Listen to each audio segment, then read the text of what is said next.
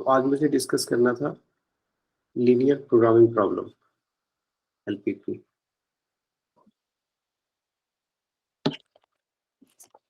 इसका जो general form है वो है optimise z is equal to cx such that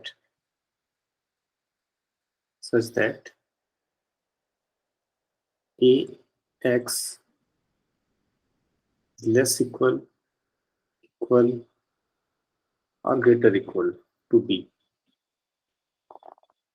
where c is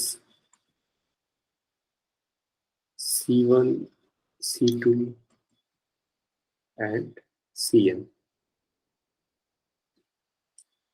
X is x1, x2 and xn.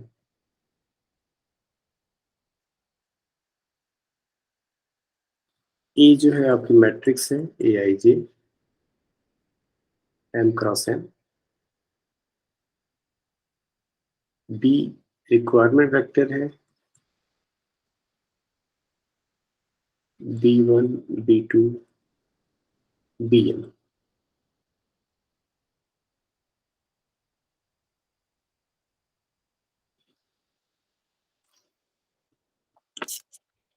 ये LPP का फॉर्म है।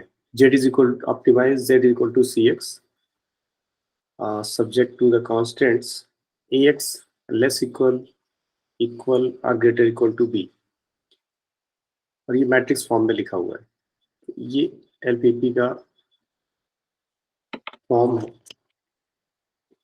जहाँ सारे रिलेशंस लीनियर हैं, ऑब्जेक्टिव फंक्शन भी लीनियर है, कॉन्स्टेंट्स भी लीनियर हैं, और साथ में है non negative restrictions. All the variables are greater equal to 0। तो जब हम इनके सोल्यूशन की बात करते हैं तो एक टर्म आता है जिसे हम लोग फिजिबल सोल्यूशन कहते हैं। फिजिबल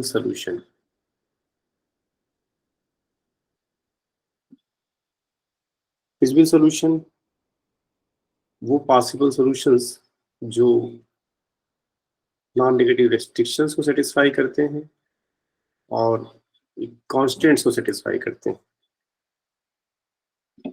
ये आपके फिजिबल सॉल्यूशन या शॉर्ट फॉर्म में से आप एफएस कहते हैं।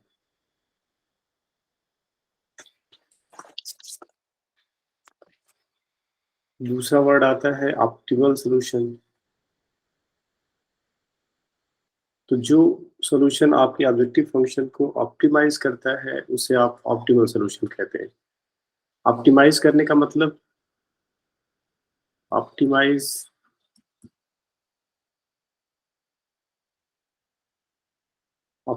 मीन्स मैक्सिमाइज और मिनिमाइज। मैक्सिमाइज और minimise.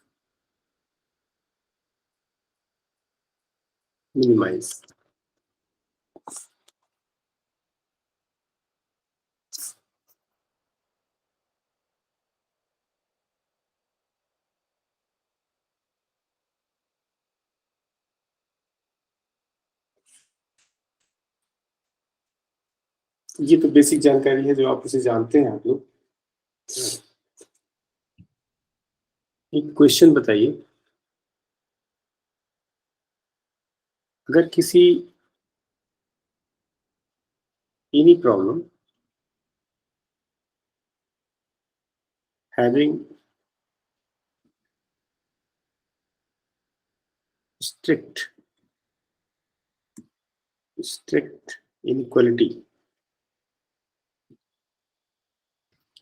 strict inequality less or greater in constants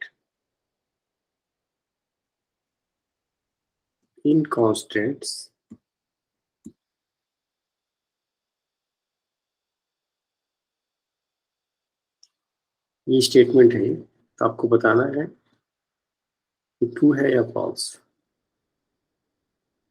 statement any problem having strict inequality in constant is not an LPP, not an LPP, not an LPP, and cannot be reduced, cannot be reduced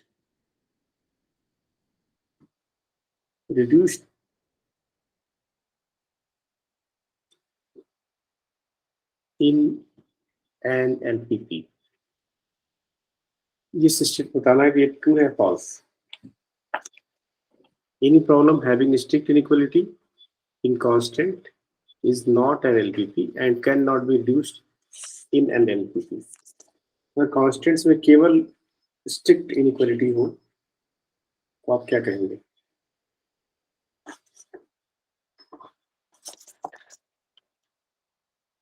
तो मैंने पहले आपको बताया ये कि linear programming problem का ये form है, मैट्रिक्स फॉर्म मैंने लिखा है.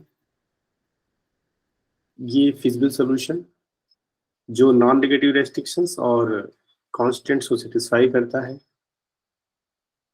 ऑप्टिमल सॉल्यूशन कहने का मतलब है कि वो फिजिबल सॉल्यूशन जो हमारे ऑब्जेक्टिव फंक्शन को ऑप्टिमाइज करे. ऑप्टिमाइज करने का मतलब आप मैक्सिमाइज करें या मिनिमाइज करें, जैसा भी गिवन. इसके बाद हम लोग बात करते हैं ग्राफिकल मेथड की. तो ग्राफिकल मेथड जब हमारे पास 2 वेरिएबल्स होते हैं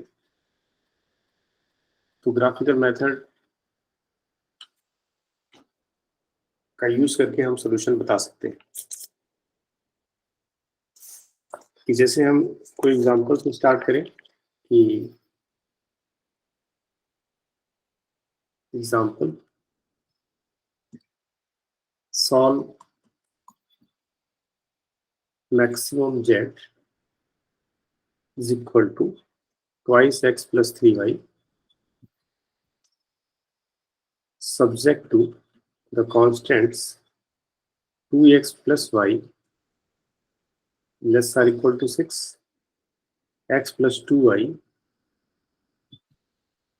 less or equal to 6, and non-negative restrictions x, y is greater or equal to 0. इस ग्राफिकल मेथड सॉल्व करने के लिए हमें क्या करना होता है? पहला काम तो ये कि हम इससे जो कांस्टेंट्स गिवन है इन कांस्टेंट्स को हम स्ट्रिक्ट इक्वलिटी कंसीडर करते हैं.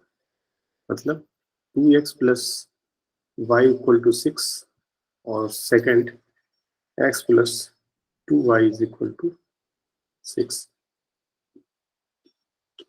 और उसके बाद हम ये जो दो स्ट्रेट लाइन्स हैं, फर्स्ट नंबर और सेकंड नंबर, इन स्ट्रेट लाइन्स को ड्रा करते हैं.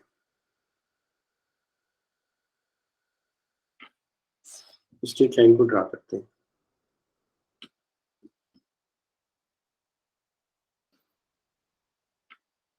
तो फर्स्ट लाइन को अगर हम ड्रा करें तो ये हो जाएगा, इसको इंटरसेप्ट फॉर्म में लिख दें तो इजी रहेगा. x by 3 plus y by 6 is equal to 1. तो x एक्सिस पे 3 इंटरसेप्ट है और y एक्सिस पे 6 है. और बड़ा कर देता हूँ, 0,6 और ये 3,0.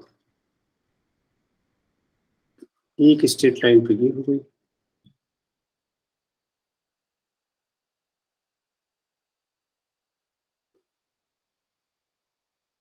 एक स्ट्रेट लाइन ये हो गई.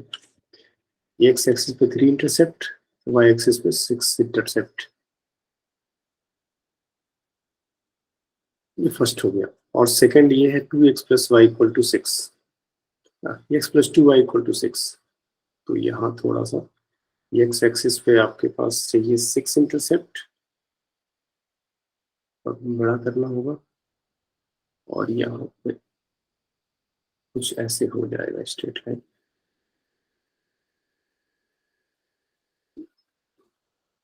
ये 0,3 और ये 6,0. ये दो स्ट्रेट लाइंस ड्रा कर लिया। तो पहला काम ये कि इनइक्वालिटी को इक्वालिटी में कंसीडर करते हैं और उसके बाद हम इन स्ट्रेट लाइंस को ड्रा करते हैं। ड्रा करने के बाद हम जो फिजिबल रीजन है उसको सेट करते हैं।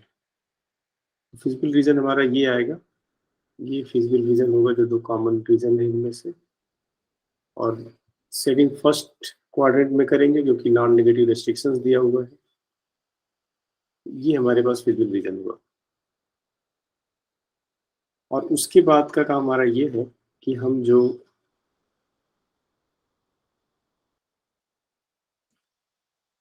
एक्सट्रीम पॉइंट्स हैं जो इस फिजिबल रीजन के, जैसे ये है, दूसरा ये है, तीसरा ये है और इवन ये है, ये चार एक्सट्रीम पॉइंट्स हैं। तो इन चार एक्सट्रीम पॉइंट्स पे हम वैल्यू निकालते हैं जेड की। तो पहला पॉइंट है आपका 0 ओरिजिन, ये 3,0 है, ये है, और ये जो इंटरसेक्ट कर रहा है ये आई थिंक 2,2 होगा। तो अगर आप देखें तो ये चार एक्सट्रीम पॉइंट्स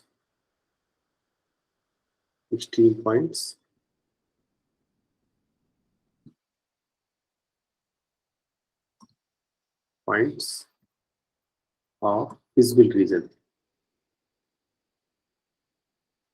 रीजन और उनके करस्पॉन्डिंग जेड।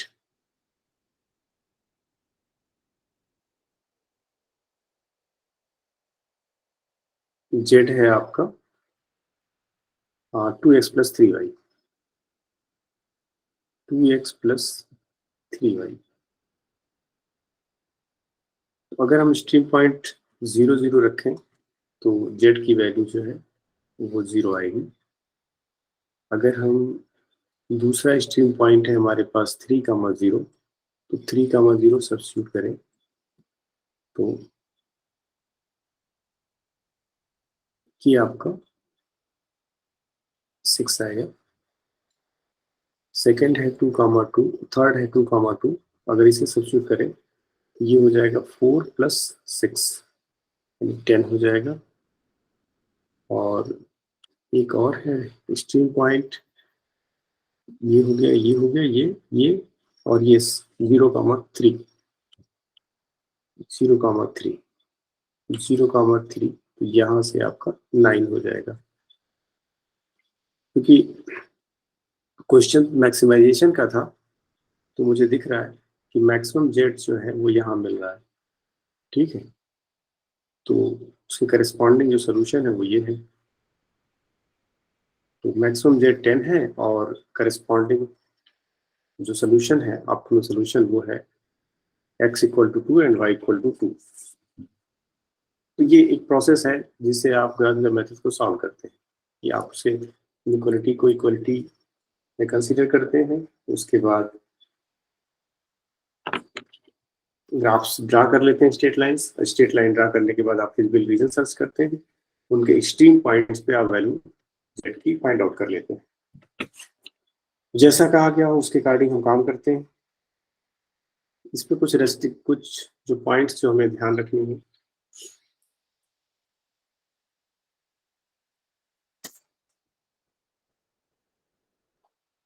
कि जो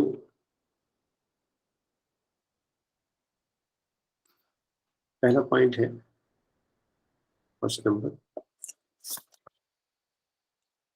if any LPP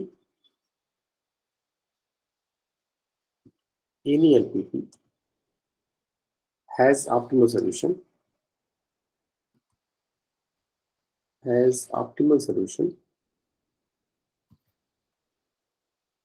then it must be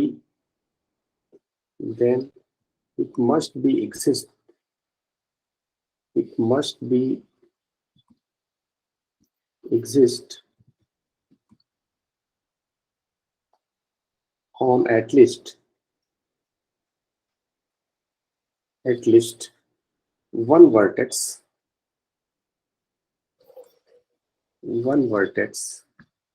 are extreme point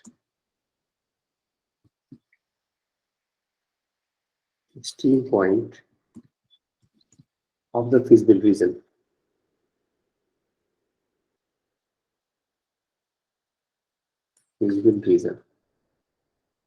जब भी आपको सोल्यूशन आपको मिलेगा वो किसी न किसी वर्टेक्स से करस्पॉन्डिंग ही मिलेगी फिजिबल रीजन के।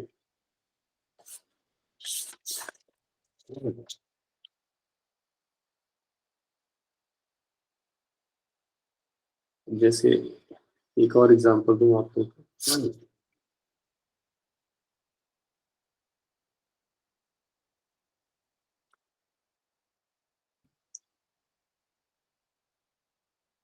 इसे सॉल्व करिए। Solve minimum jet 20x1 plus 10x2 subject to the constants x1 plus x2 is less or equal to 40. 3x1 plus x2 plus x2 less or equal to 30, greater or equal to 30. 4x1 plus 3x2 is greater or equal to 60, and x1 x2 greater or equal to 0. इसे हमें solve करते हैं। As usual इसे हम equality consider करेंगे और straight line draw कर लेंगे, तो हमारे पास जो कुछ फिगर बनेगा कुछ ऐसा बनेगा रीजन। एक तो हो जाएगा आपका 40-40, ये ऐसे, ये पॉइंट जो है 40 का 0 का 40 है, और ये 40 का 0 है, पहली स्ट्रेट लाइन। दूसरी है, ये हो जाएगा 0 का 30, 0 का 30, और ये आएगी आपकी 10 पे। क्या हो जाएगा आपका 10 का 0।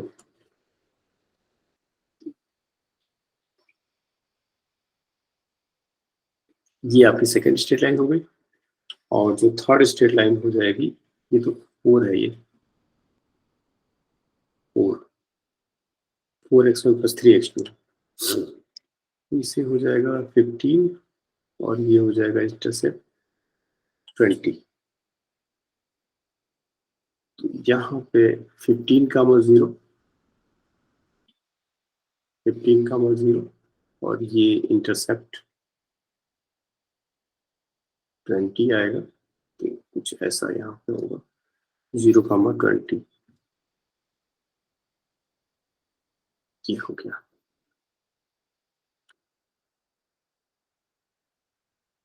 अब जो फिजिबल रीजन मिलेगा आपको वो कुछ ये मिलेगा, ये फिजिबल रीजन होगा।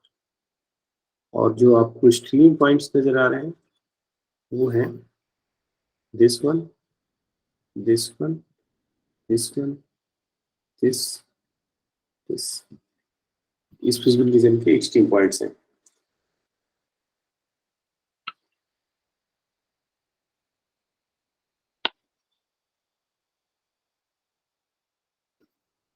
तो आप देखिएगा तो ये वाला जो पॉइंट है अंदर, जो दोनों लाइन इंटरसेक्ट की है, ये है एक्चुअली 6, 12। तो 6, 12 यही वर्टेक्स या यही स्ट्रीम पॉइंट आपको ऑप्टिमल सोल्यूशन देगा, यानी कि x1 इज इक्वल टू 6 हो जाएगा, और x2 इज इक्वल टू 12, और मिनिमम z की जो वैल्यू होगी वो आपकी 240 हो जाएगी, मतलब इसे करस्पॉन्डिंग।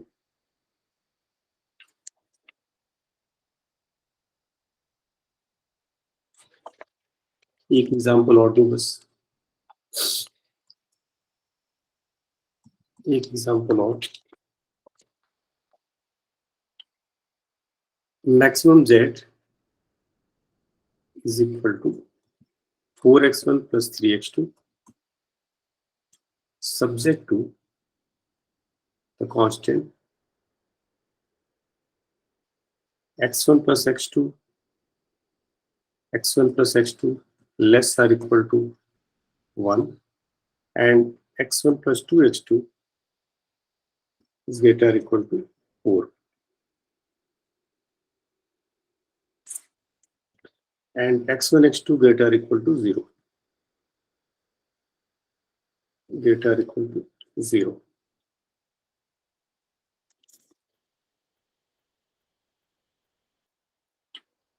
इनके लिए जो ऑप्शन है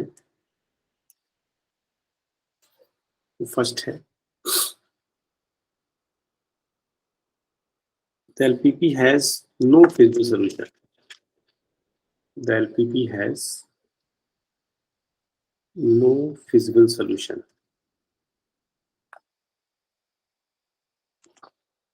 सेकेंड ऑप्शन है the LPP has no optimal solution, the LPP has no optimal solution।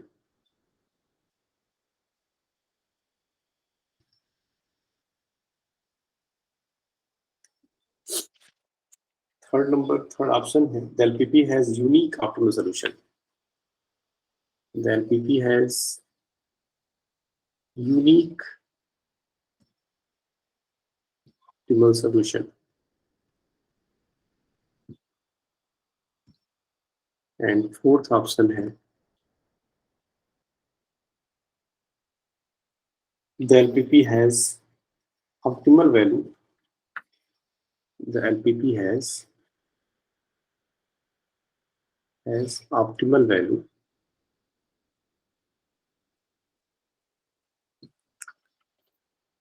in infeasible region, in infeasible region, infeasible region। तो क्वेश्चन एक बार देख लीजिए। Maximum z is equal to 4x1 plus 3x2 subject to the constant x1 plus x2 less or equal to 1, x1 plus twice x2 is greater or equal to 4, x1 comma x2 is greater or equal to 0, non negative restriction. As usual हम जो graphical method use करें और इसका feasible region निकालने की कोशिश करते हैं। देखिए, तो हमें करना ये है, ये हमारे पास दो वेरिएबल है, एक x1 और दूसरा x2। ये हो गया हमारे पास x1 and this is your x2। First straight line है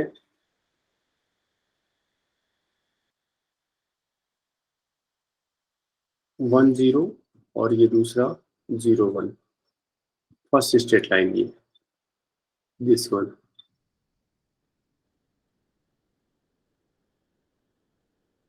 ठीक है, फर्स्ट स्ट्रेट लाइन ये हो गई।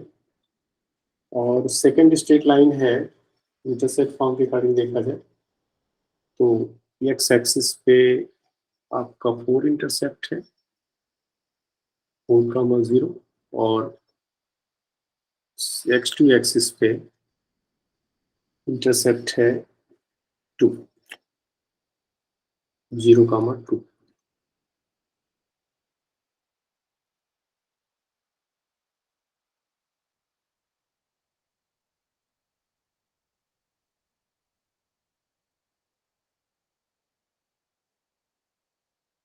ये है 0,2। अब रीजन सेट करें, रीजन देखें। तो रीजन निकालने के लिए करते क्या है हम लोग, अगर आप लोग को याद हो तो हमें करना क्या होता है कि x1 x2 दोनों को 0 सब्स्टिट्यूट करिए। जब आप 0 सब्स्टिट्यूट करते हैं तो चेक करिए, तो ये हुआ लेफ्ट हैंड साइड में 0 और राइट हैंड साइड में लेस आर इक्वल टू 1। तो क्या ये ट्रू है? Is it true? Yes, is true. तो ट्रू है, इसका मतलब ये रीजन जो होगा वो टुवार्ड्स ओरिजिन होगा। तो जो स्ट्रेट लाइन ऐसे ड्रा करते हैं ना, ऐसे टुवार्ड्स ओरिजिन, तो रीजन जो है टुवार्ड्स ओरिजिन। इस समय का जो रीजन है नॉन नेगेटिव रिस्ट्रिक्शन, यानी कि ये बताएगा आपका कि ये रीजन ये वाला है, टुवार्ड्स ओरिजिन।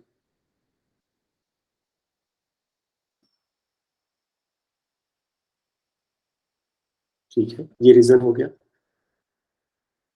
यहाँ पे अगर हम 0 0 सब्स्टिट्यूट करें तो ये 0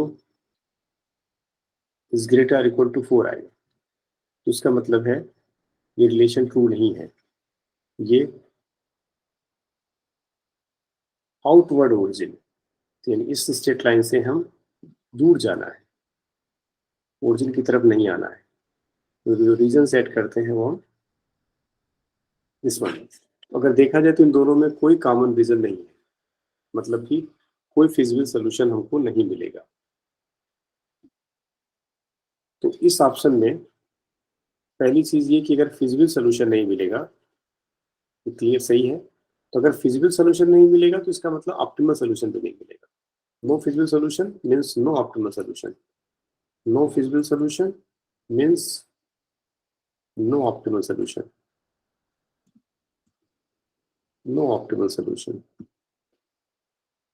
तो ये भी करेक्ट हो गया। LPP has unique optimal solution, तो उसकी तो बात ही खत्म हो गई। The LPP has optimal solution, optimal value in infeasible region. अब थर्ड वाले के लिए क्या ऑप्शन है? जो इनफिजिबल रीजन है उसमें कह रहे हैं कि ऑप्टिमल वैल्यू मिल सकती है।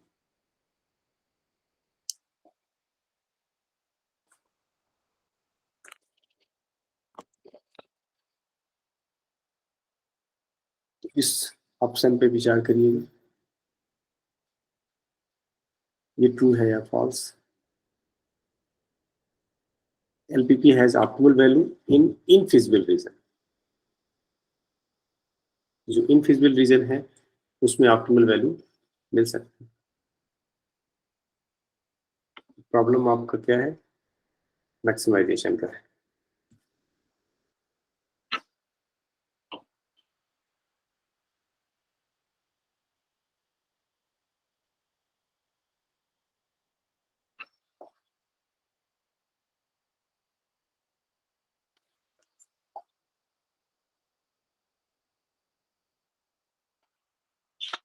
ये एग्जांपल्स हो गए हम लोग के डिस्कस।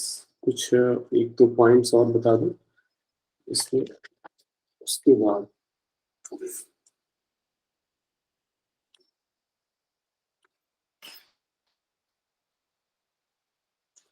इंपॉर्टेंट पॉइंट्स हैं। इंपॉर्टेंट पॉइंट्स क्या कि if in LPP we get optimal solution, we get optimal solution, optimal solution on more than one vertex, one vertex, then LPP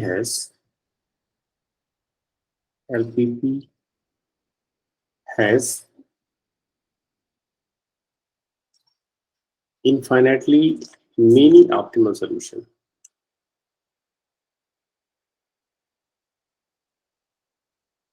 infinitely many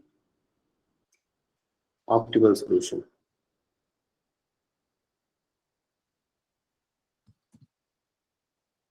optimal solution.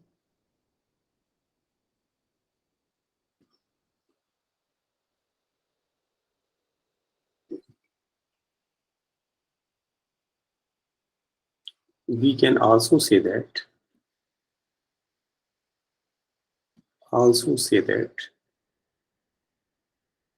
say that the LPP has alternate optimal solution. Alternative optimal solution.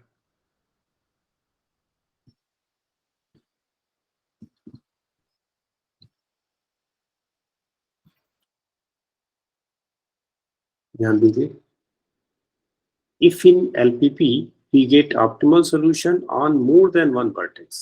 देखिए, अगर optimal solution आपको एक से ज्यादा vertex पे मिलता है, एक वर्टेक्स के अलावा दो वर्टेक्स पे मिल गया, एक वर्टेक्स मान लीजिए ये V1 है, यहाँ पे आपको ऑप्टिमल सोल्यूशन मिल गया, और दूसरा वर्टेक्स V2 है, वहां ऑप्टिमल सोल्यूशन मिल गया। तो इसका मतलब ये होता है कि इस दोनों वर्टेक्स को ज्वाइन करने वाली लाइन के हर पॉइंट पे आपको सोल्यूशन मिलेगा। इसका मतलब कोई भी पॉइंट लेंगे तो ही ऑप्टिमल सोल्यूशन आपको मिलेगा। इसका मतलब कि इनफाइनाइट नंबर ऑफ सॉल्यूशंस आपको मिलेंगे। अगर LPP में अगर दो ऑप्टिमल सोल्यूशन मिल गया, इसका मतलब है कि उन दो वर्टेक्स को ज्वाइन करने वाली लाइन के हर पॉइंट पे आपको ऑप्टिमल सोल्यूशन मिलेगा, यानी कि आपको इनफाइनाइट ऑप्टिमल सॉल्यूशंस मिलेंगे। या इसको हम अल्टरनेटिव ऑप्टिमल सॉल्यूशन भी कहते हैं। ये तभी होगा जब आपको एक से ज्यादा आप वर्टेक्स पे ऑप्टिमल सॉल्यूशन मिले तो।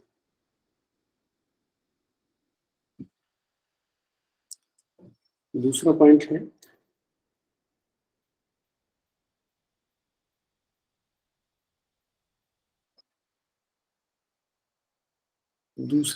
है ये कहीं कि अगर एक से ज्यादा वर्टेक्स पे ऑप्टिमल सॉल्यूशन मिलता है तब। If an LPP has alternative optimal solution, अब आपके पास अल्टरनेटिव ऑप्टिमल सॉल्यूशन है, alternative optimal solution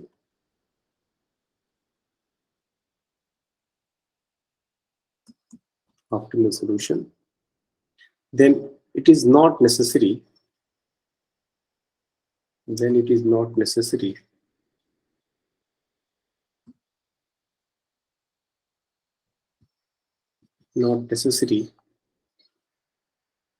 to get optimal solution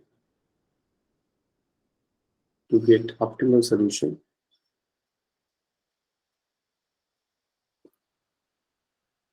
optimal values के लिए optimal values at 2R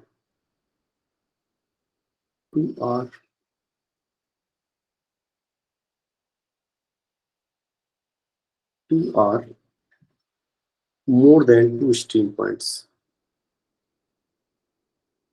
more than two stream points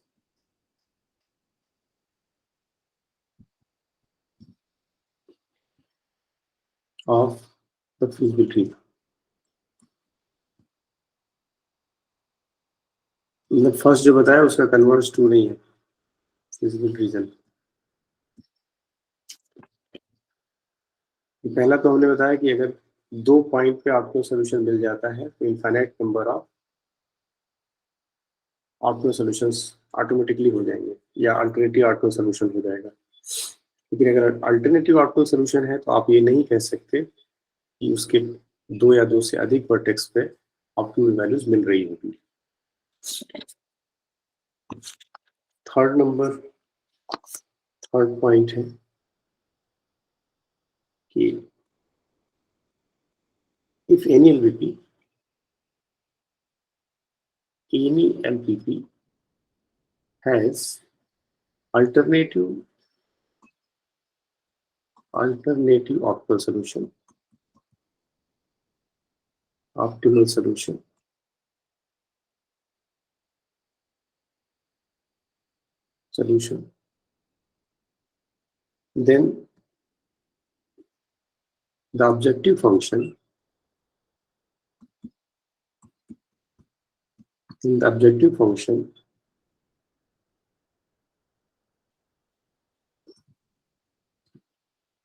objective function line लिख देता हूँ, function line must be parallel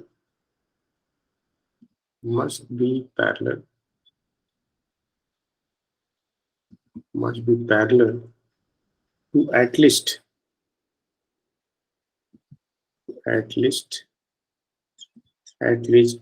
one constant line.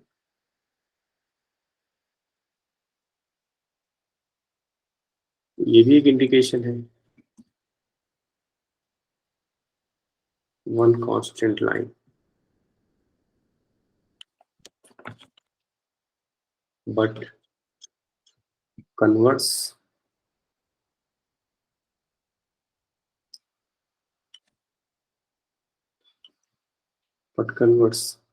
may not be true.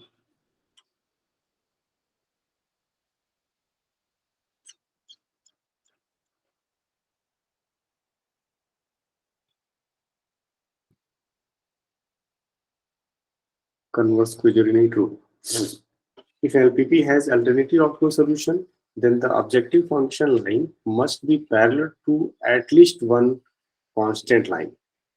But converse may not be true. इसकी example दे दूं आपको.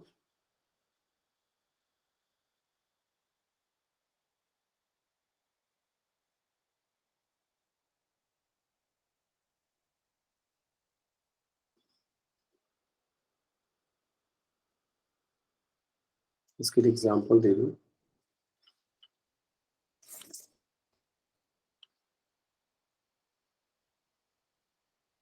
जैसे maximum z is equal to x1 plus twice x2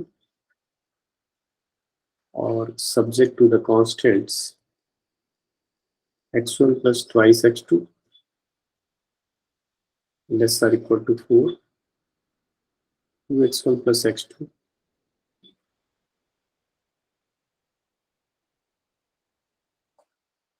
2x1 plus x2 less or greater or equal to 4.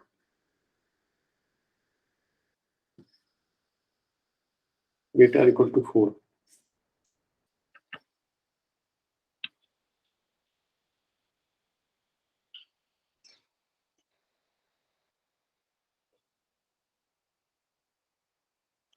तो यहाँ पे देखिए, तो ये जो ऑब्जेक्टिव फंक्शन लाइन है ये है x1 plus 2x2 और ये कांस्टेंट्स ये भी मिल रहा है x1 plus 2x2. तो ये दो लाइंस हैं वो पैरेलल है. इस पैरेलल की बात कर रहा हूँ, पैरेलल लाइंस. तो जो ऑब्जेक्टिव फंक्शन है, जो ऑब्जेक्टिव फंक्शन लाइन है वो किसी न किसी कांस्टेंट्स के पैरेलल अगर होती है. अल्टरनेटिव आउटपुट सॉल्यूशन कैसे पैरेलल होगी पैरेलल होगी. फिलहाल ये पैरेलल हो गई है. ठीक है, तो क्या ये अल्टरनेटिव आउटपुट सॉल्यूशन मिलेगा यहाँ पे?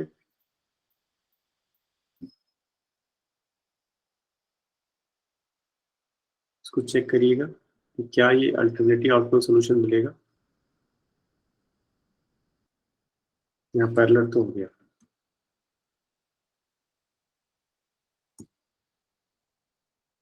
मैंने बताया अभी आपको कि अगर अल्टरनेटिव आउटपुट सॉल्यूशन है तब तो ऑब्जेक्टिव फंक्शन किसी न किसी कांस्टेंट लाइन के पैरेलल होगा. ठीक है, लेकिन कन्वर्स टू नहीं है. इसका मीनिंग क्या हुआ कि अगर पैरेलल है लाइन ऑब्जेक्टिव फंक्शन और कांस्टेंट्स की कोई, तो आप ये नहीं कह सकते कि आपको सोल्यूशन मिलेगा. तो उसको चेक करिएगा क्या आपको सोल्यूशन मिलेगा, यस या नो. इस केस में बस ग्राफ बना के अगर एक से ज्यादा वर्टेक्स पे सोल्यूशन मिल गया इसका मतलब अल्टरनेटिव सोल्यूशन है.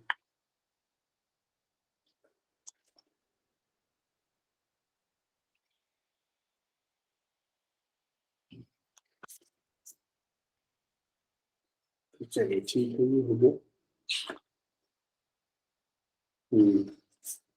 बस ये थोड़ा सा आपको ग्राफिक के बारे में बता दिया. कल आगे डिस्कस करता हूँ. कौन मेरिका आप स्टार्ट करेंगे? कौन एक्सप्लेन करेगा सॉल्यूशन? सर आज विक्रम करेगा, उसने करे स्टार्टिंग के ना. कैसे डिसाइड किया था, कितने कितने क्वेश्चन? सर 30 क्वेश्चन करे थे हमने, 35 है इसमें ना, तो हमने उसको तो बोला था कि हमने उसको बोला हाँ अभी 30 क्वेश्चन अभी विक्रम का, उसके बाद किसका है? सर। उसके बाद मैं कर दूंगी। और उसके बाद कनिका। Yes sir. ठीक। हम्म। एक minute.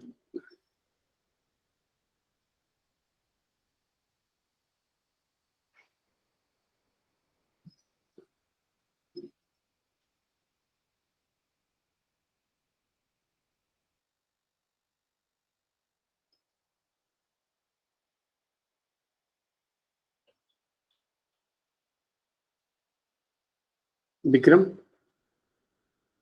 Yes sir, good morning sir. Good morning. Vikram start करें यस सर। पहले क्वेश्चन से। Yes sir. तो ये, एक मिनट, ये आपका क्वेश्चंस को डिस्प्ले,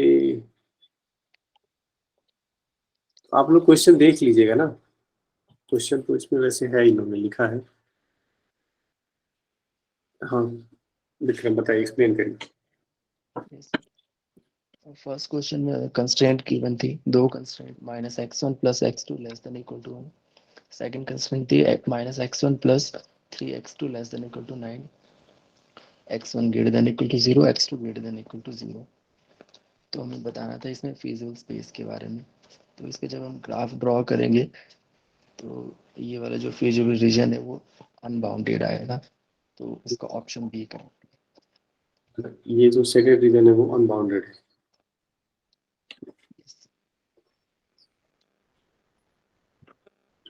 ठीक है, नेक्स्ट। सेकंड क्वेश्चन में स्टेटमेंट्स गिवन थी, हमें बताना था कौन सा स्टेटमेंट करेक्ट है। इसमें फर्स्ट में कहा था every LPP admits unique optimal solution, तो ये जरूरी नहीं है हर बार।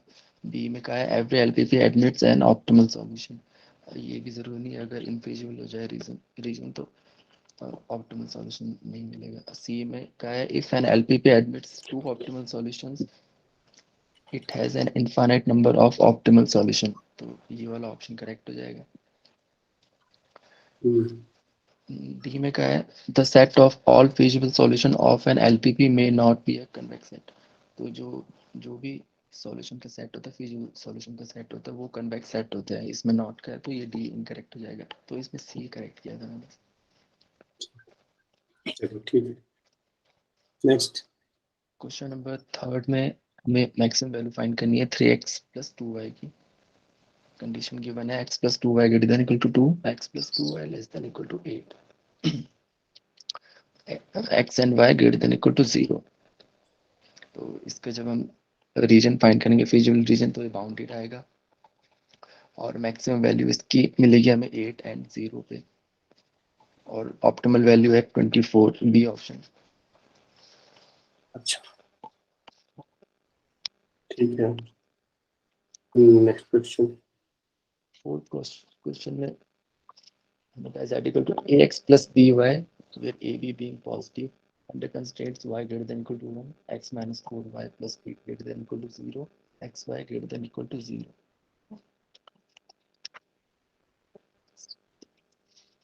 तो इसमें जब इसका रीजन फाइंड करेंगे तो ये तो अनबाउंडेड आएगा, फिजिबल रीजन अनबाउंडेड आएगा, लेकिन जब हम इसकी मिनिमम वैल्यू फाइंड करेंगे, क्योंकि ए और बी हमें पॉजिटिव गिवन है, तो यहाँ पे हम इसकी मिनिमम वैल्यू फाइंड कर सकते हैं। तो मैंने इसका ऑप्शन बी करेक्ट किया, मिनिमम वैल्यू इसकी बी 0, 1। क्या लिखा आपने, फाइनाइट मिनिमम वैल्यू? यस। मतलब मिनिमम तो मिल ही जाएगा। यस। ठीक है।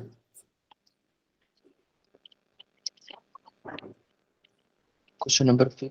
The objective function z = 4x + 3y be maximized to the constraints 3x + 4y <= 24, 8x + 6y <= 48, x <= 5, y <= 6, और non-negative restriction है x y <= 0। तो इसका जब हम ग्राफिकल मेथड से करेंगे, इसको हम ग्राफिकल मेथड से करेंगे तो 24/7 और 24/7 इस पॉइंट पे हमें 24 मिलेगी ऑप्टिमल वैल्यू, और 6 और 0 पे भी 24 मिलेगी। तो इन दोनों पॉइंट्स को जो लाइन सेगमेंट ज्वाइन करेगी उस पर हमें 24 वैल्यू मिलेगी, क्योंकि दो पॉइंट्स पे हमें सेम वैल्यू मिल रही है। तो मैंने इसको ऑप्शन सी करेक्ट किया था, at an infinite number of points. दो वैल्यू, दो ऑप्टिमल सोल्यूशन मिल रहे थे। दो ऑप्टिमल सॉल्यूशन। ठीक है, तब तो इनफाइनाइट सोल्यूशन हो जाएगा।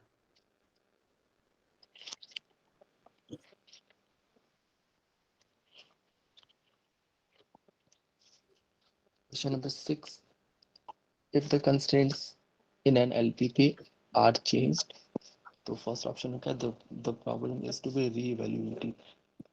B में क्या, solution is not defined. C में क्या, the objective function has to be modified. D में क्या है, the change in constraints is ignored. इसलिए मैंने ऑप्शन ए किया था, the problem is to be re-evaluated.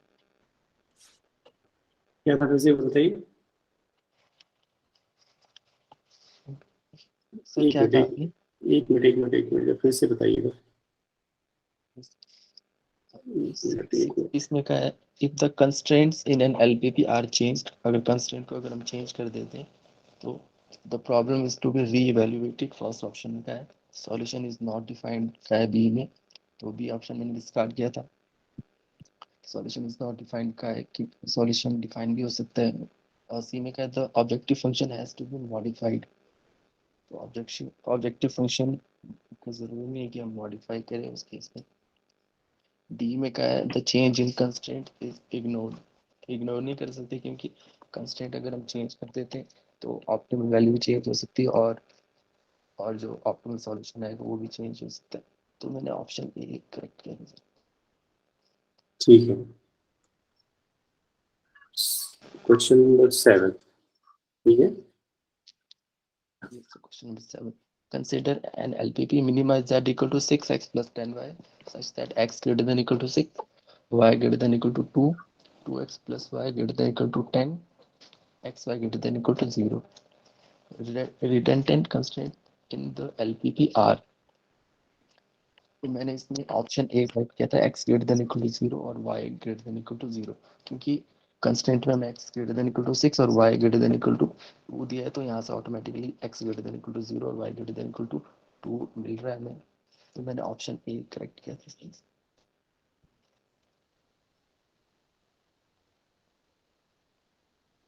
नहीं, फिर से बोलिए क्या था? Consider LPP minimize. हाँ, मिनिमाइजेशन प्रॉब्लम थी, हमें कहा था redundant constraints in the LPP are, यानी कि कौन से ऐसे कंस्ट्रेंट है जिसको हम इसमें इग्नोर कर सकते हैं। तो मैंने फर्स्ट वाली कंडीशन थी जो x greater than equal to 0, y greater than equal to 0, इसको करेक्ट किया था, क्योंकि हमें जो कंस्ट्रेंट गिवन है उसमें x greater than equal to 6 और y greater than equal to 2 given था, तो यहाँ से automatically greater than equal to 0 मिल रहा था x और y।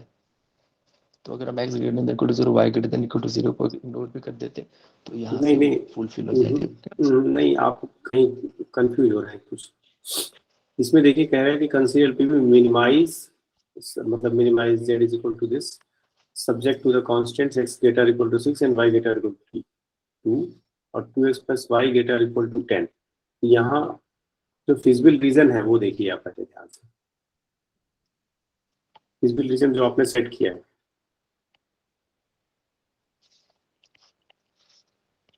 रिडंडेंट का मीनिंग यहाँ पे डुप्लीकेसी से नहीं है।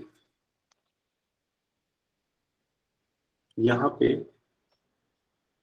आप देखिए कि फिजिबल रीजन में क्या x greater equal to 6 role play कर रहा है और y greater equal to 2 role play कर रहा है, यस या नो? फिजिबल रीजन जो आपने बनाया है उसमें x greater equal to 6, y greater equal to 2 role play कर रहे हैं कि नहीं? यस सर, कर रहे हैं सर। लेकिन ये कोई रोल प्ले कर रहा है फिजिबल रीजन के लिए आपका 2x प्लस y? लेकिन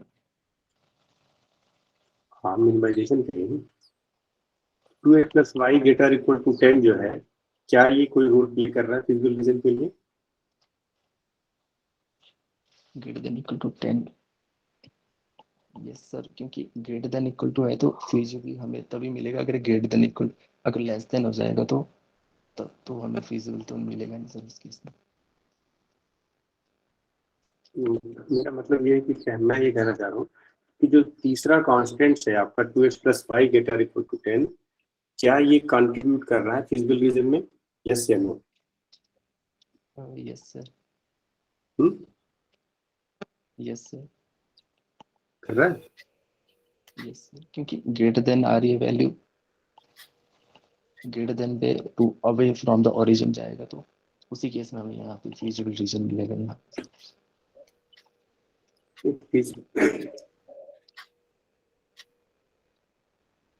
कॉमन रीजन नहीं देख पा रहे हैं आप ध्यान से, मतलब कॉमन रीजन तो आपने जो सेट किया वही है ना? यस सर, तो लेकिन ये जो जो लाइन है आपकी, उसके थ्रू तो आपका फिजिकल रीजन बाउंडेड या अनबाउंडेड नहीं हो रहा है, मतलब उसके थ्रू बाउंडेड तो नहीं है। Yes sir, bounded. मतलब मैं ये देखना चाह रहा हूँ, ये देखिए जो फिजिकल रीजन आपने बनाया है वहां पर दो लाइन कंट्रीब्यूट कर रही है तरीके से, एक x = 6 और एक y = 2 दिख रहा है, और ये बिल्कुल उस रीजन से अलग हो रहा है, वहां से अलग हो रहा है, दिख रहा है आपको? ये भी ये जो रीजन बनाया सर, ये जो ग्रेटर देन, ये जो अवे फ्रॉम द ओरिजिन जा रहा है इसके थ्रू भी ये कॉमन रीजन आ रहा है। नहीं, कॉमन रीजन तो 2x वही है + ना? y ग्रेटर देन नहीं, 10। Yes common sir, region, region तो वही। कॉमन रीजन तो वही है ना, लेकिन ये जो लाइन है वो एक्चुअली उस फिजिकल रीजन में कंट्रीब्यूट नहीं कर रहा है। फिजिकल रीजन में कंट्रीब्यूट ना करने का मतलब मेरा ये है कि वो हमारे फिजिकल रीजन में कहीं दिख नहीं रहा है, मतलब वहां पर कहीं जो लाइंस होती है ना जनरली जो बनाते हैं आप, जैसे भी आपने अपने कोई बताओ, ये देखिए, ये देखिए यहाँ पे आपके पास जो लाइंस है वो कितनी है? 1 2 3 4, 4 है ना?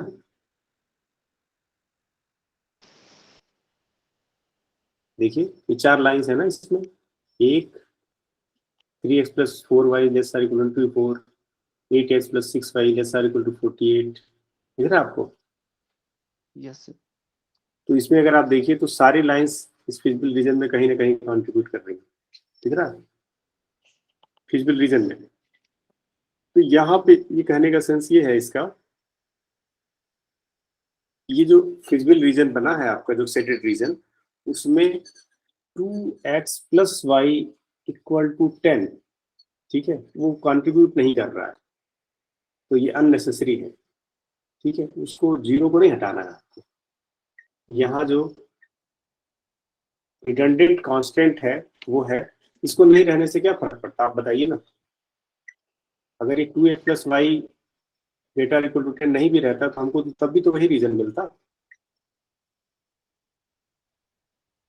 यस सर, मेरी बात समझाई? तो इन पूछा है कि इन कांस्टेंट्स में से कौन सा कांस्टेंट हमारे लिए यूजलेस है, तो सी वाला ऑप्शन करेक्ट है। सी वाला, हाँ सी वाला 2x + y ≥ 10, इक्वलिटी छूट गई इसमें, यस सर, समझ। समझ गए मेरी बात? Yes sir, 8 question number 8, the maximum value of z = 4x + 3y subject to constraint 3x + 2y > 160, 5x + 2y > 200, x + 2y > 80, xy > 0 is। इसको ग्राफिकल मेथड से सॉल्व किया था सर मैंने, तो इसमें इसकी मैक्सिमम वैल्यू आ रही थी 300।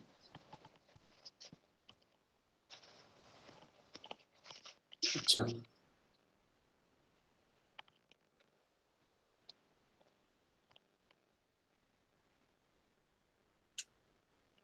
मैक्सिमम वैल्यू आ गई थी इसकी? यस सर, मुझे लगता है एक बार चेक करिएगा मैक्सिमम वैल्यू, क्योंकि रीजन तो अनबाउंडेड है ना इसका। रीजन अनबाउंडेड है सर। तो मैक्सिमम कैसे मिलेगा? तो अगर रीजन अनबाउंडेड होगा तो मैक्सिमम नहीं मिलेगा।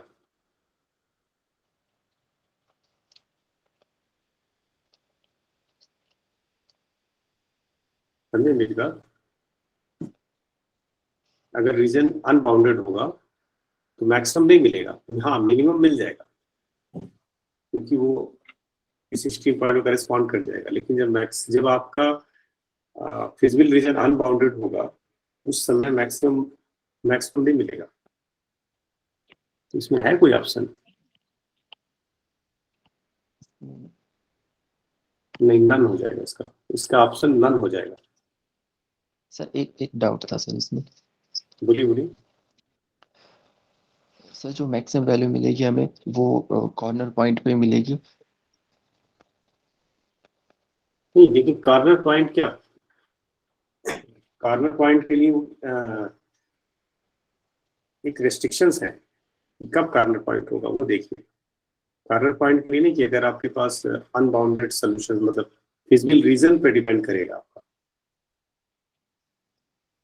जरूर जाहिर सी बात है, आपका सोल्यूशन मिलेगा तो एक्सट्रीम पॉइंट पे मिलेगा, लेकिन जब हमारे पास रीजन ही अनबाउंडेड है तो हमको नहीं पता कितने एक्सट्रीम पॉइंट्स हैं आगे।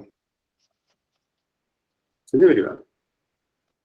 जब उस समय जब आपका फिजिबल रीजन पूरा बाउंडेड रहे तब की बात है वो। फिजिबल रीजन बाउंडेड हो तब की बात है, अनबाउंडेड केस में नहीं।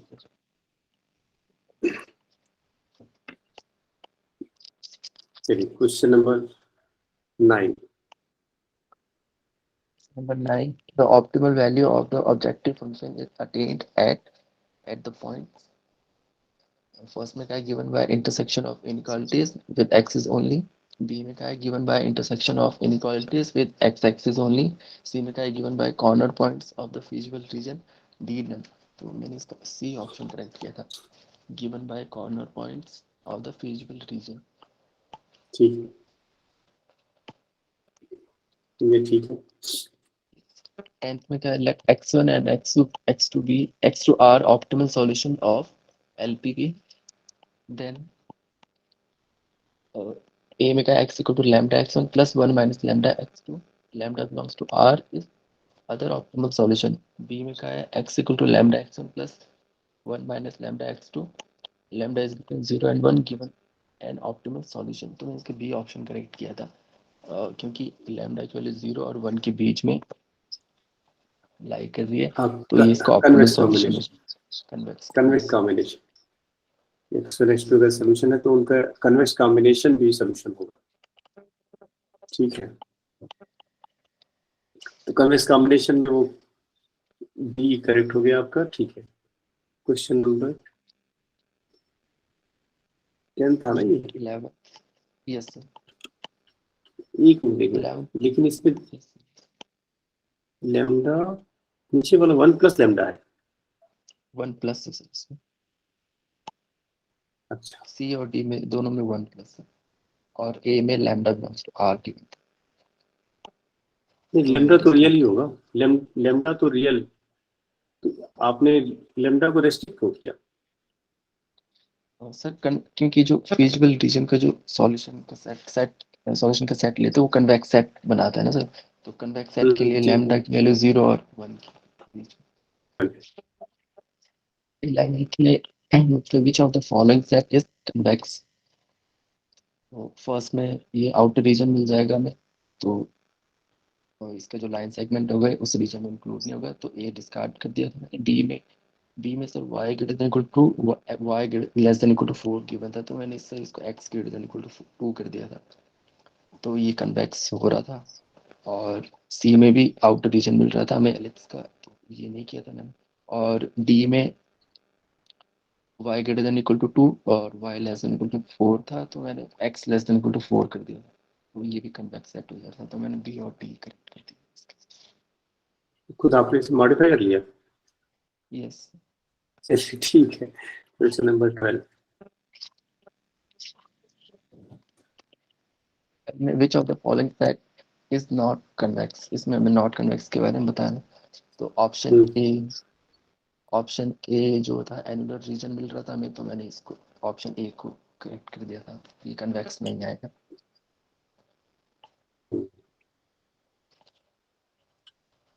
ये पहला वाला कन्वेक्स नहीं आएगा। अच्छा, ये ठीक है, एनुलर रीजन मिल रहा है। दूसरा वाला आपका इलेक्ट्रिकल है, ये पैराबोला है। हाँ ठीक है, क्वेश्चन नंबर 12 है ना ये? Yes sir 12। ठीक, ठीक है, करेक्ट है। Question number 13। 13 में objective function of an LPP is, A में क्या, अ कंस्ट्रेंट, बी में क्या, a function to be optimised, C में क्या, a relation between the variable, D में क्या, नन ऑफ दिस। मैंने इसका बी ऑप्शन करेक्ट किया था sir, a function to be optimized. क्या था question? Objective function of LP is function तो, हाँ ठीक है।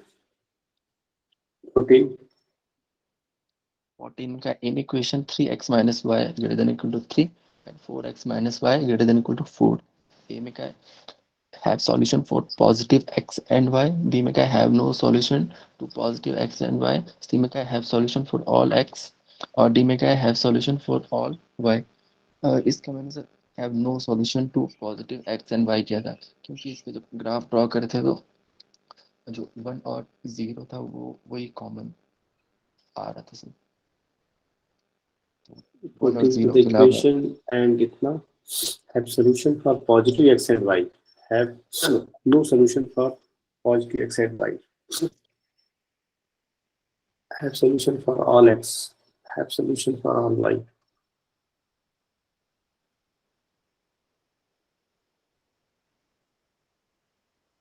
No solution for positive x and Y.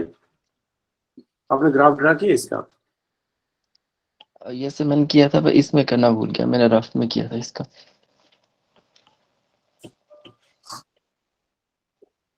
मुझे लगता है किसी और एक बार इस क्वेश्चन को ठीक से करने की जरूरत है।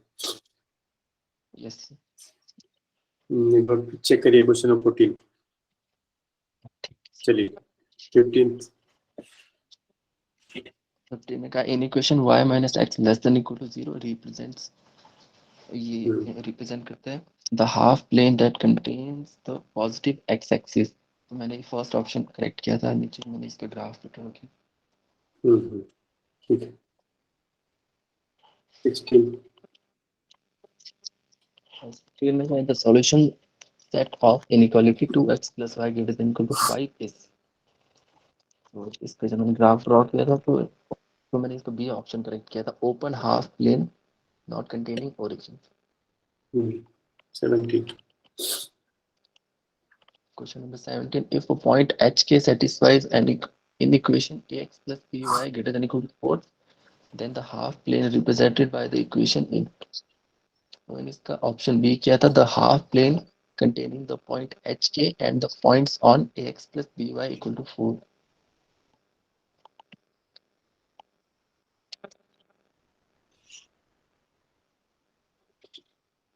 ठीक है।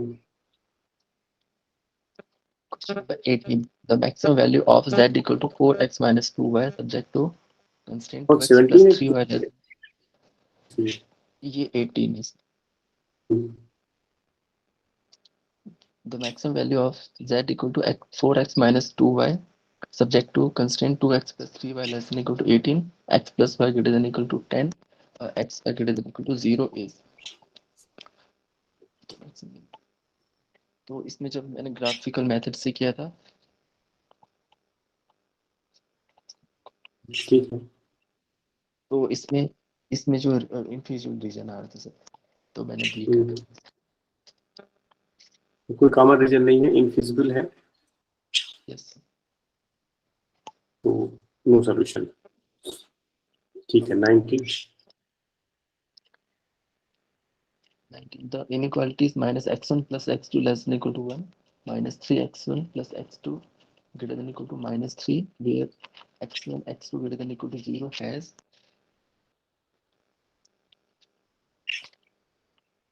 so मैंने इसमें शब्द आउट था।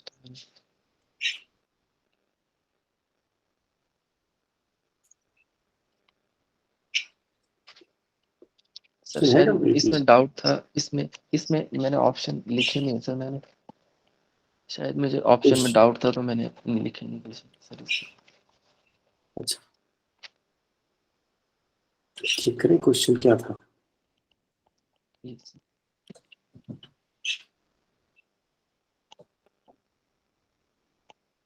Question number 19।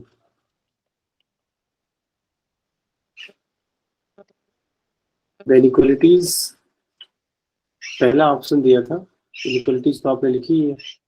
पहला ऑप्शन लिखा था इज यूनिक ऑप्टिमल सॉल्यूशन, फिर उसके बाद अल्टरनेटिव ऑप्टिमल सॉल्यूशन, फिर उसके बाद थर्ड ऑप्शन है constants leading to an infeasible region, constants leading to an unbounded region. तो फिगर बनाया तो है आपने। Yes sir. सर मैं इसमें ये सोच रहा था कि वो ऑब्जेक्टिव फंक्शन होगा जो हमारे पास, उस पर डिपेंड करेगा कि यूनिक आएगा या अल्टरनेटिव आएगा, तो मैंने यूनिक इनइक्वालिटीज दिस। हाँ, ये भी बात सही है। ये क्या पता कि इसमें कुछ आएगा कि नहीं आएगा, ऑब्जेक्टिव फंक्शन तो गायब है इसमें। यस हाँ, ठीक करें, ऑब्जेक्टिव फंक्शन नहीं है आंसर।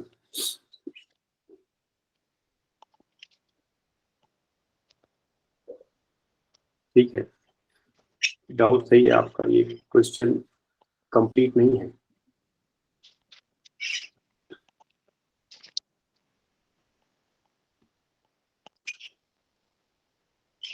चलिए ठीक है, क्वेश्चन नंबर 20। yes sir.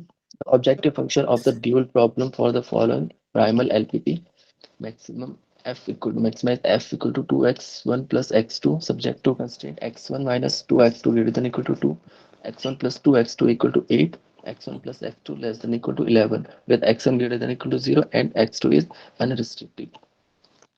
तो इसमें जो प्राइमल है हमें मैक्सिमाइज करना है प्राइमल को, प्राइमल में तो हम ड्यूल में इसको मिनिमाइज करेंगे, मिनिमाइज z इक्वल टू, तो इसके जब ड्यूल लिखेंगे तो कंस्ट्रेंट के जो कांस्टेंट राइट हैंड साइड में कांस्टेंट टर्म है वो इसके कॉस्ट वैल्यूज हो जाती है।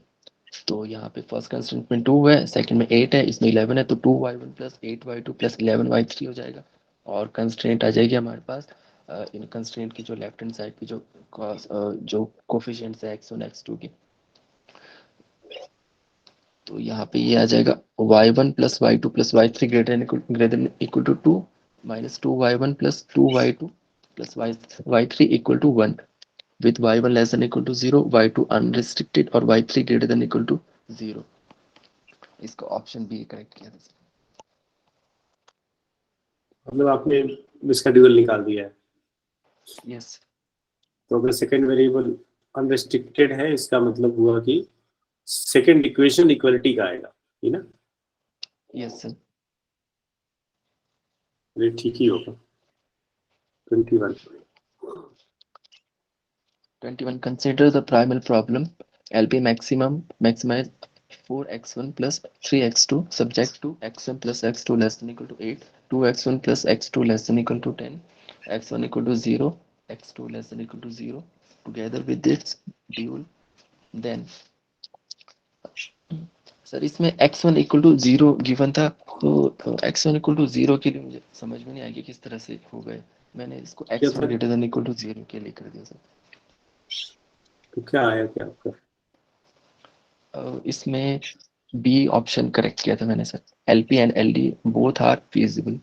मैंने इसका प्राइमल और ड्यूल दोनों के लिए सॉल्व किया ग्राफिकल से, तो दोनों फीजिबल आ रहे हैं। ठीक है,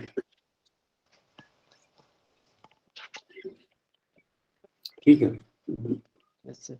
question number 22, let x B and non-optimal solution of a linear programming maximization problem and why is dual feasible solution। इसमें हमें non optimal feasible solution given है प्राइमल का और ड्यूल का भी हमें feasible solution गिवन है एक्स और वाई रिस्पेक्टिवली। तो इसमें हमें बताना था कौन सी कंडीशन ट्रू होगी। तो जो वीक ड्युअलिटी थ्योरम होती है सर, उसके according C transpose x less than equal to B transpose y होता है अगर एक्स और डब्ल्यू फिजिबल सॉल्यूशन हो गए। तो इसमें मैंने सी ऑप्शन करेक्ट किया था। The primal objective value at x is less than the dual objective value at y. ठीक है। आई थिंक कांति स्वरूप में ये थ्योरम है। हाँ, हर जगह होगा वैसे तो। 23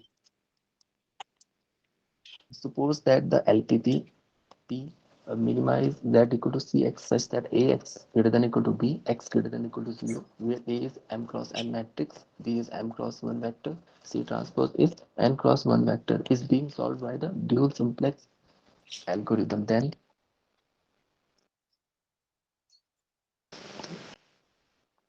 first option में क्या है, the value of the primal objective function increases at every iteration. B में क्या है, the algorithm will always terminate with an optimal solution for the dual. C में क्या है, the algorithm will always terminate with an optimal solution to the primal. D में क्या है, it is not always possible to obtain a starting basis for this algorithm. Sir इसमें मैंने C option किया था correct, the algorithm will always terminate with an optimal solution to the primal.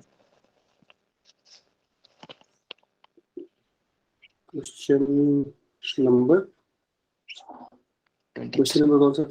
23। 23 से yes. एक बार फिर से बताइए क्या है क्वेश्चन। इसमें मैं प्राइमल गिवन था सर, स्टैंडर्ड ठीक फॉर्म है, गिवन थी प्राइमल की, और उसको हमने सॉल्व किया ड्यूल सिंप्लेक्स एल्गोरिथम से, ड्यूल सिंप्लेक्स मेथड से। ठीक है। तो इसमें फर्स्ट ऑप्शन में कहा था the value of the primal objective function increases at every iteration, का कि इंक्रीज करेगा। और बी में कहा है the algorithm will always terminate with an optimal solution for the dual. और सी में कहा था the algorithm will always terminate with an optimal solution to the primal. और डी में कहा it is not always possible to obtain a starting basis for this algorithm. अच्छा, चलिए इसे ड्यूल वाले से डिस्कस किया जाएगा तो और हो जाएगा क्लियर। ठीक है। 24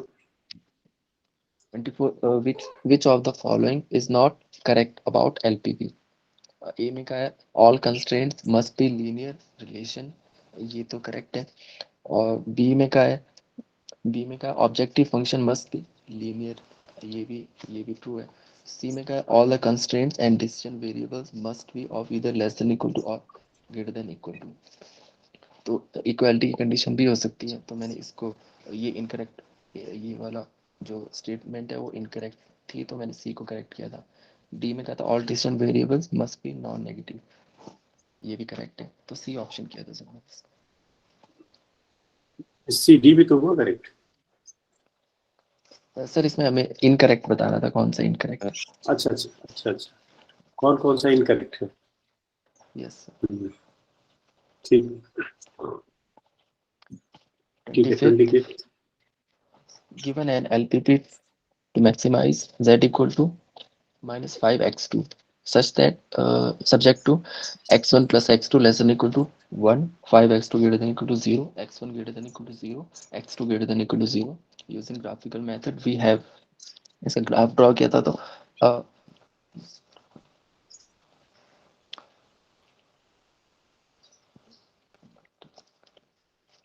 वन और जीरो जीरो पे सर सेम ऑप्टिमल वैल्यू मिल रही थी, तो इसका ऑप्शन डी करेक्ट किया था मैंने, multiple optimum solution.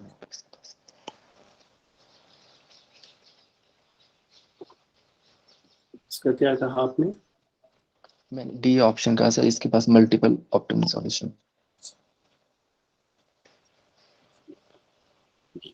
Multiple optimum solution का मतलब क्या? मल्टीपल ऑप्टिमल सॉल्यूशन सर कि वो सारे पॉइंट जिन पे सेम वैल्यू आ रही है, same maximum optimum optimum solution तो एक ही आ रहा होगा ना आपके पास। जैसे आपने ग्राफिकल सॉल्व किया तो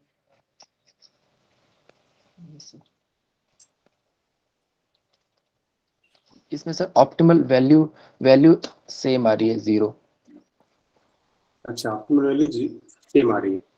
यस सर। तो But 0 के लिए जो पॉइंट्स है सर, इस पे वो इनफाइनाइट पॉइंट्स है सर।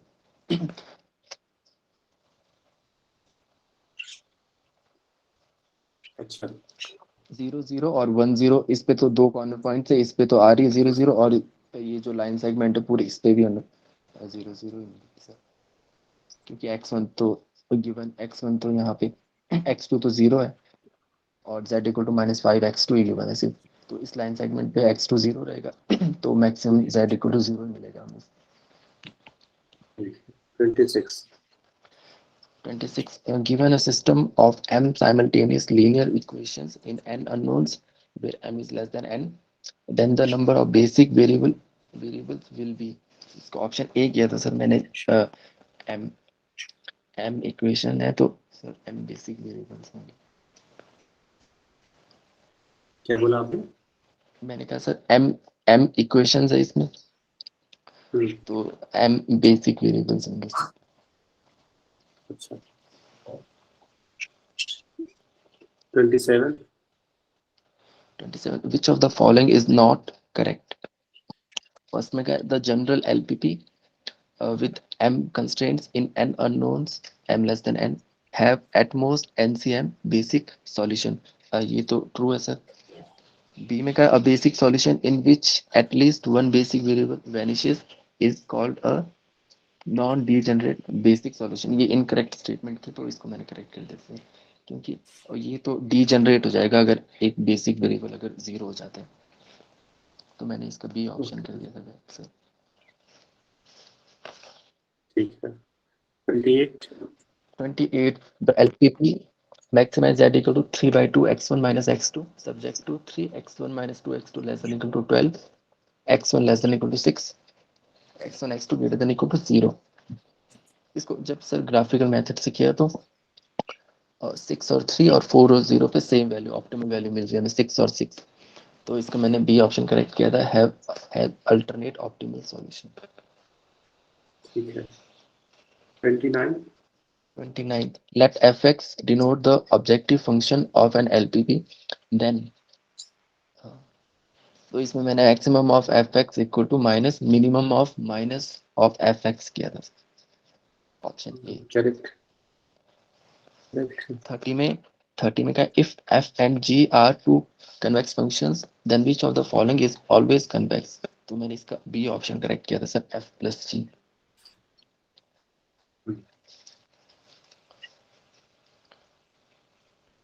ठीक है 30 क्वेश्चन आपने तो पूरा कर दिया। यस इसके बाद मेडिकल मेडिकल यस सर। अब इसके बाद 30 क्वेश्चन इन्होंने तो पूरा कर लिया अपना, अब इसके यस बाद सर। आपका, चलिए कल बताइएगा, अभी तो बस 2 मिनट बचा है। यस ठीक है सर। कल कुछ रिवाइज करिएगा आप लोग, और अभी आगे मैं कुछ और डिस्कस करूंगा, फिर आप लोग फिर